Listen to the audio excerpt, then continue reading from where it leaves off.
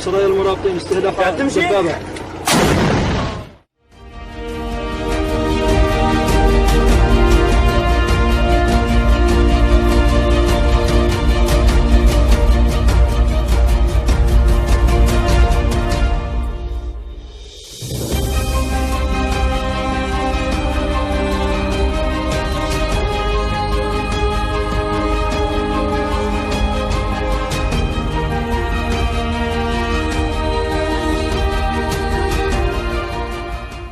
Postcards. Beaconsfield Park in Macon, Georgia, certainly seems like an ideal place, with its zoo, ball fields, scenic vistas, and rides for children. My brothers and I grew up enjoying the park.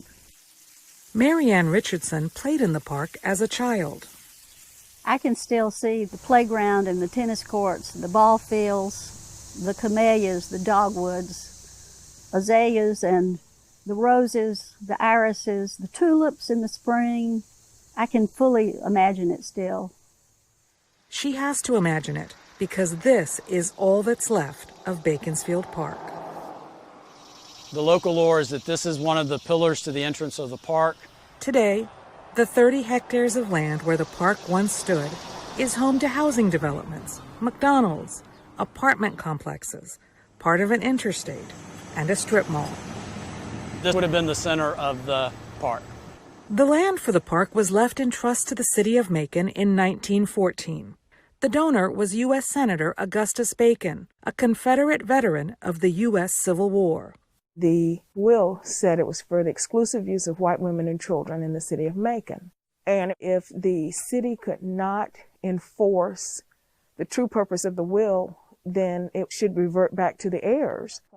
Muriel Jackson remembers hearing stories about her grandmother, and this was the Beaconsfield Clubhouse, who worked as a maid, watching white children in the whites-only park. People who were not around at that time think that the park was just exclusively white women and children. There was no one else of color or anything, but you had African Americans working in the park as city employees, as well as those who took care of children who came in and so forth.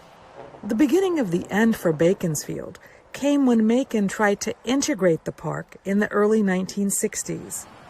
Its demise is an example of how far some whites would go to keep their segregated spaces.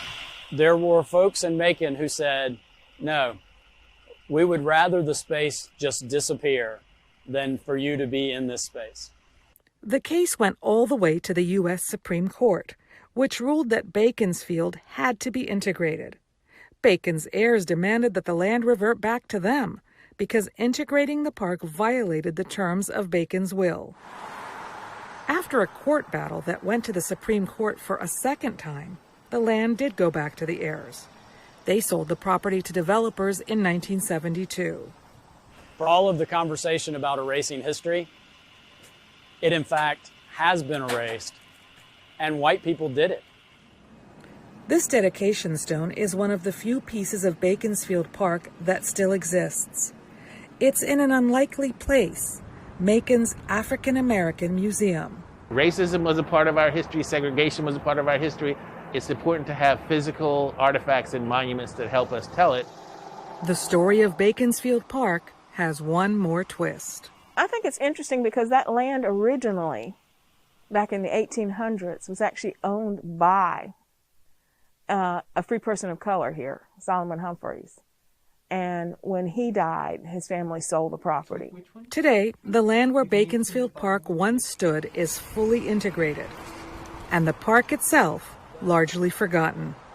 Dora McQuarr, Macon, Georgia, VOA News.